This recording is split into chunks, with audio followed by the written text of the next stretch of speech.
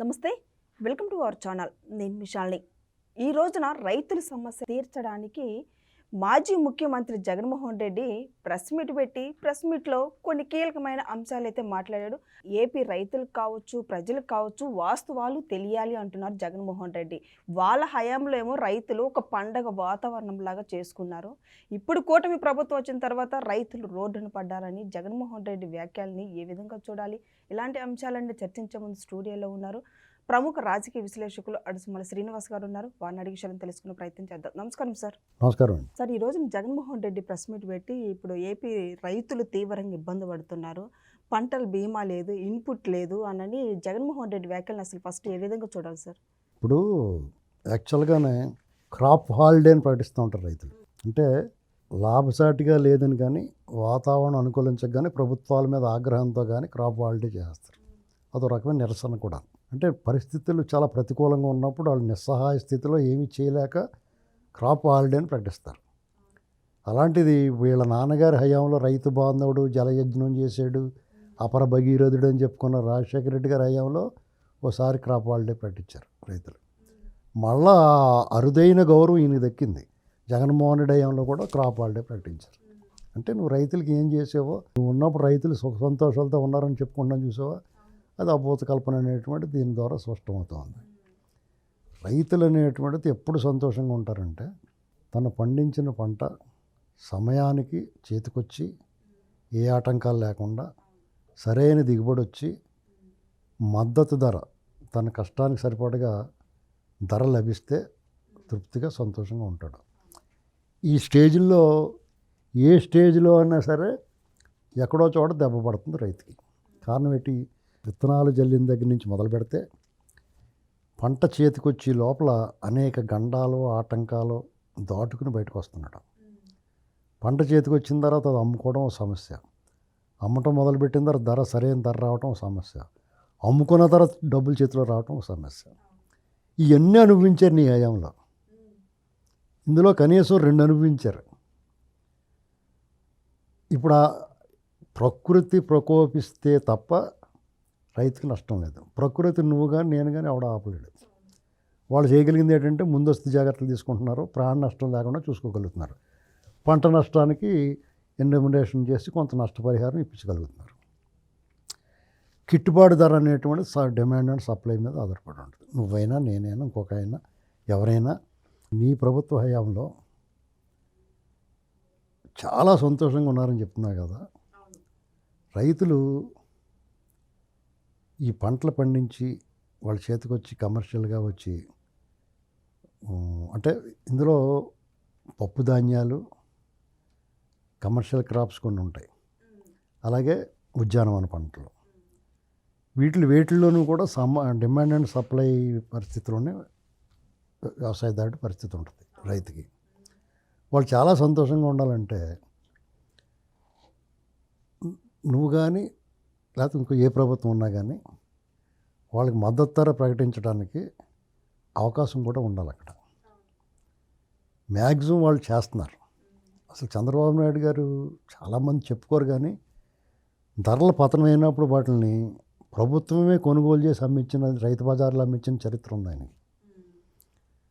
ఇప్పటికి కూడా పనిచేస్తున్నారు. మన మామిడి రైతులకి కొంత ప్రకటించారు ధర, ₹2 ₹3 ఎక్స్ట్రా ప్రభుత్వం భరించింది. మీరు ఇవన్నీ మర్చిపోయి ఏదో చేశారంటే పోనీ మీరేం చేశారో చెప్పాలి కదా. నువ్వు నీ కడప జిల్లా రైతులు నీ జిల్లా అనుకున్నావు ఏంటో, మరి గోదావరి జిల్లాల రైతులకు దెబ్బేస్తావు.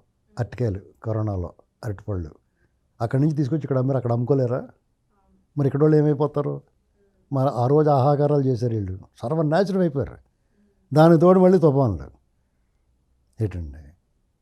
ఈయన ఇప్పుడు టమాటా అయినా ఉల్లిపాయ అయినా సడన్గా రేజ్ అయిపోద్ది రేటు, సడన్గా కొరత వచ్చేస్తుంది, రేజ్ అయిపోద్ది, లేదా లారీలు బయటకు వచ్చి పోసేస్తారు. దీనికి పరిష్కారం కనుక్కోండి ఎవడో ఒకడు. మీరు సమస్య చెప్తారు, నేను చెప్తాను, నువ్వు చెప్తావు సమస్య. ప్రభుత్వం ఏం చేయట్లేదు అంటాం. ఏం చేయాలి ప్రభుత్వం? నువ్వు చెప్పు ఏం చేయాలో. పంటల బీమా లేదంట, ఇన్పుట్ సబ్సిడీ లేదంట. ఇప్పుడు పంటల బీమా లేదు, సబ్సిడీ లేదంటే అవన్నీ బై పాలసీగా వస్తాయి, అన్నీ డెఫినెట్గా ఉంటాయి. రైతులకి చంద్రబాబు నాయుడు గారు డ్రిప్ ఇరిగేషన్ సబ్సిడీ మీద ఇచ్చాడు. పంటల బీమా క్రమం తప్పకుండా కడతారు వాళ్ళు. నువ్వు అతను కట్టలేదు 3 ఏళ్ళు. అసెంబ్లీలో గొడవ చేస్తే మేము ఇప్పటికప్పుడు కట్టమంటే కట్టమన్నారు, కట్టించుకోమన్నారు వాళ్ళు. ఆ సంవత్సరం నష్టపోయిన తర్వాత కట్టారు. ఇది మాట అనటం ఈజీ అండి. ప్రభుత్వాలు రైతుల దగ్గరే దొరికేస్తాయి ఏ ప్రభుత్వాలు అన్నాను. ఎందుకంటే వ్యవసాయ ఆధారిత రాష్ట్రం ఆంధ్రప్రదేశ్. వాళ్ళకి రైతులు కూడా ఏం చేస్తారంటే, సపోజ్ టమాటా మంచి ధర లభించింది అనుకోండి, అందరూ అది వేయటానికి ఆశ. ఆ పంటకి గిట్టుబాటు ధర వస్తుంది, మనం కష్టపడితే ఫలితం దక్కుద్ది అని పాపం వాళ్ళు చిన్న ఆశ అది. దానికి ఏమవుతుంది, అందరికి టమాటా వేస్తారు అంటే రేట్ డౌన్ అయిపోద్ది. ఇప్పుడు అరటిపళ్ళు రూపాయి 10 పైసలు అమ్ముతున్నారు, 5 పైసలు అంటున్నాడు. నీకు డజన్ అరటిపళ్ళు ఎంత కొంటున్నావు నువ్వు? 60-70. అవునా? ఈ వ్యత్యాసాన్ని రైతు దగ్గరికి వినియోగదారుడికి మధ్యన వ్యత్యాసాన్ని తగ్గించడానికి నువ్వు ప్రయత్నం చేయి. దాని పరిష్కారం చెప్పు, సలహా చెప్పు, సూచన చెయ్యి. ఇలా చేయండి అని చెప్పి ప్రభుత్వాన్ని చెప్పి నిలదీయి. పరిష్కారాలు చెప్పడం, సమస్యలు ప్రస్తావిస్తారు, ప్రశ్నలు వేస్తారు, దానికి జవాబులు ఉండవు. ఇక్కడ చంద్రబాబు నాయుడు గారు నీ మీద ఇంకా చాలామంది మీద చాలా బెటర్ చాలా విషయాల్లో, అలాగే రైతుల విషయంలో కూడా. మీరు ఏదో విమర్శించాలి కాబట్టి విమర్శిస్తే ఏమవుద్దంటే అది తగ్గిపోద్ది. ఆ విలువ, నువ్వు వేసే ప్రశ్న, నువ్వు చేసే విమర్శ తాలూకా సాంద్రత తగ్గిపోతూ ఉంటుంది. ఏపీ ప్రజలకు తెలియట్లేదంటే, రైతులకు తెలియట్లేదంటే ఇబ్బందులు పడుతున్నది. కూటమి ప్రభుత్వం ఏ విధంగా ఇబ్బంది పెట్టిస్తుందో అని జగన్మోహన్ రెడ్డి. అవును, ఇబ్బంది పెడితే ఎందుకు తెలియదు? వాళ్ళు ఇబ్బంది పెట్టట్లేదు కాబట్టి తెలియదు. ఇప్పుడు ఇక్కడ ఇతను చెప్తున్నాడు. ఇప్పుడు వీళ్ళ ముఠా ఏమంటుంది, ఇప్పుడు అమరావతికి భూములు తీసుకుంటున్నారు కదా, అదిగో అన్ని భూములు ఎందుకు అంటున్నాడు అంటున్నాడు కదా. ఆ ఇచ్చిగోళ్ళకి లేని నొప్పి నీకు ఎందుకు? ఎవడో సెంటు భూమి ఇవ్వనవాడు ఈ మాటలు మాట్లాడుతున్నాడు. ఏమండి, ఇప్పుడు సపోజ్ హైదరాబాద్ ఉంది, మొన్న మధ్యన ఏదో ఫార్మాసిటీకి దేనికో 17,000 ఎకరాలు అంత తీసుకున్నారు. ఈ మాట్లాడే వాళ్ళందరూ హైదరాబాద్లో కూర్చున్నా మాట్లాడతారు. నువ్వు తెలంగాణలో అదే ఇంకో చోట అక్కడ వాళ్ళకి నగరాలు ఎందుకు, అంత పెద్ద నగరం ఎందుకు అని నువ్వు చూద్దాం. తేలిగ్గా దొరికారు చంద్రబాబు నాయుడు గారు. సాఫ్ట్ టార్గెట్ అండి వీళ్ళకి. ఏమైనా మాట్లాడచ్చు అనుకుంటారు. మాలాటోళ్ళు కొద్దిగా ఘాటుగా సమాధానం చెప్తే కూడా ఇవి ఊరుకోరు వీళ్ళు. టీడీపీ వాళ్ళు అలా మాట్లాడకూడదని చెప్తారు. ఇది వాళ్ళకి లోకం అయిపోయింది. చెప్తే వినరు, పడితే ఎడుతారు. ఇది వాళ్ళతో ఉన్న సమస్య. ఏ విమర్శ అయినా చేసేస్తారు, అడ్డగోలుగా అబద్ధాలు ఆడేస్తారు. అదిగో కేసులు తీసేసుకున్నాడు అంటారు. కేసులు తీసుకోకుండా నెత్తిమే పెట్టుకుంటారు. నీకు మళ్ళీ లేట్ చేస్తా సాగదీస్తారు అనుకుంటున్నారా? ఎక్కడ కాబట్టి ముగించుకోవాలి. ఆయన నిర్దోషి కాబట్టి వచ్చి తీస్తున్న కోర్టులు ఎందుకు ఒప్పుకుంటాయి? ఈ నిజంగా ఈ దోషి మనీ ట్రయల్ అక్కడ ఉంటే, అక్కడ ఆధారాలు ఉంటే ఎందుకు ఒప్పుకుంటాయి కోర్టులు? కాబట్టి జగన్మోహన్ రెడ్డి గారు సహేతుకంగా ఉండాలి విమర్శ. ఆయన ఏదో వచ్చాడు మాట్లాడాను వెళ్ళిపోయాను అన్నట్టు ఉండకూడదు. అన్నీ సార్ ఇప్పుడు సంక్షేమ పథకాల గురించి అన్నీ లేవనెత్తుతూ ఉన్నాడు మరి జగన్మోహన్ రెడ్డి. ఇప్పుడు వాళ్ళకి ఏ పాయింట్ లేదు మాట్లాడడానికి. సంక్షేమ పథకాలు నువ్వు 2,000 ఇచ్చేవాడు, 2,000 నుంచి 3,000 చేయడానికి 5 ఏళ్ళు పెట్టింది. వీళ్ళు 4,000 ఇస్తున్నారు, దాని మీద ఏం మాట్లాడతావు? నువ్వు అన్నా క్యాంటీన్లు కడుపు మీద దండేసావు పేదవాడికి. ఇవాళ అన్నా క్యాంటీన్లు పెట్టారు వీళ్ళు.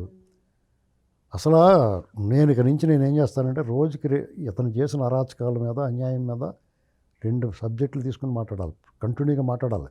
గత 5 ఏళ్ళు ఏం మాట్లాడామో తప్పదు వీళ్ళ గురించి మళ్ళీ మాట్లాడాల్సిందే. ఎందుకంటే జనాలు మర్చిపోకూడదు అటు చేసిన అరాచకాన్ని. జనాలకు కొంచెం మరుపు ఉంటుంది. వీళ్ళు ఏం మాట్లాడితే అదే మళ్ళీ ఆ వంతపాడి డోలక్కలు ఉంటాయి. అంచేత అదే నిజం అనుకుంటారు. ఆ సౌండ్లో మిగతా వాళ్ళకి వినపడినెవరు, మంచి మాట వినపడినెవరు. ఎట్టి పరిస్థితుల్లోనూ ఇతను చేసిన అరాచకం మీద ప్రతి దాని మీద మాట్లాడాలి. ఈ ప్రభుత్వం కూడా ఇతను చేసిన అరాచకాలని ఫ్లెక్సీ షైన్ బోర్డుల కింద పెట్టించేయాలి. అరాచకం, అవినీతి, దుర్మార్గం, దోపిడీ మీద అన్నిటి మీద వివరాలు సినిమా చూపించాలి. రోడ్డు మీద సినిమా వేయాలన్నమాట ఇతని విషయాలు. అప్పుడు ఈ పచ్చాబద్దాలు మాట్లాడిన వెళ్ళవా నువ్వు చెప్పావు కానీ మొన్న నువ్వేం చేసావు అని అడుగుతారు ప్రజలు, పబ్లిక్కే. ప్రతి దాంట్లోని పచ్చాబద్దాలు, అభూత కల్పనలో భయం పెట్టడం. స్టీల్ ప్లాంట్ తీసుకోకపోయినా ఇచ్చేస్తున్నారంటాం. మెడికల్ కాలేజీ విషయంలో ఇతను కాంట్రాక్టుల దగ్గర కమిషన్ కొట్టేసి వాళ్ళు అడుగుతారేమో అని ఇలాంటివి మొదలెట్టాడు. కోటి సంతకాలు అంటాడు, వాళ్ళు లక్ష కూడా అవ్వకపోయినా కానీ. ఇవన్నీ ఏంటంటే అతను అవుట్డేటెడ్, ఎక్స్పైర్ అయిపోయింది ఆ పార్టీ. ఎందుకంటే నువ్వు చెడగొట్టేసావు. మీ మీ ఆలోచన విషపూరితం. మీరు జనాల మధ్య చిచ్చుపెట్టి, కులాల మధ్య చిచ్చుపెట్టి, లేకపోతే ఏడుపు మొగం వేసుకుని సానుభూతితో ఓట్లాడుకుంటాం తప్ప, ఇదిగో మేము ఇది చేసాం, మళ్ళీ ఇది చేస్తాం, పోనీ అది నిలబెట్టుకున్నావా? మద్యపాన నిషేధం అన్నావు, చేసావా? సిపిఎస్ రద్దు అన్నావు, చేసావా? అమరావతిలోనే ఉంటున్నాను నేను, బ్రహ్మాండంగా చేస్తాను అన్నావు, చేసావా? మొత్తాన్ని తగలెట్టేస్తాం చూసావు. రివర్స్ టెండరింగ్ పేరుతో పోలవరాన్ని నేను నాశనం చేసావు. ఎన్ని వేల కోట్లు నష్టం చేశావు రాష్ట్రానికి. ఇవన్నీ ఎలా మర్చిపోతారు? ఇది నీ పాలసీ డెసిషన్స్, ప్రజా వ్యతిరేక నిర్ణయాలు తీసుకున్నావు. పోనీ అవి ఒకటి తీసుకున్నావు, తెలియదులే పిచ్చోడు అనుకుంటానికి లేకుండా అరాచకం చేసావు. కొన్ని నువ్వే అమాయకుడు కాదు, వేల కోట్లు కొలగొట్టేసావు. ఇప్పుడు లిక్కర్ స్కామ్ మొత్తం డొంక కదులుతుంది కదా సార్. మొత్తం అందరూ వచ్చి లోపల పోతారు. ఈ లోపల నువ్వు ఏడవలేక నవ్వుతూ బోరుమని విలపించడం అనేటువంటిది ఇంకా తరువాయి నీకు. గ్యారంటీగా దీన్ని అడ్డం పెట్టుకుని మీ వాళ్ళందరూ అన్యాయం అక్రమం అంటారు. నేను ఏం చేసిన అన్యాయం కానీ అక్రమం కానీ కాదని చెప్పేసి ప్రజలు భావిస్తూ ఉన్నారు. Thank you sir.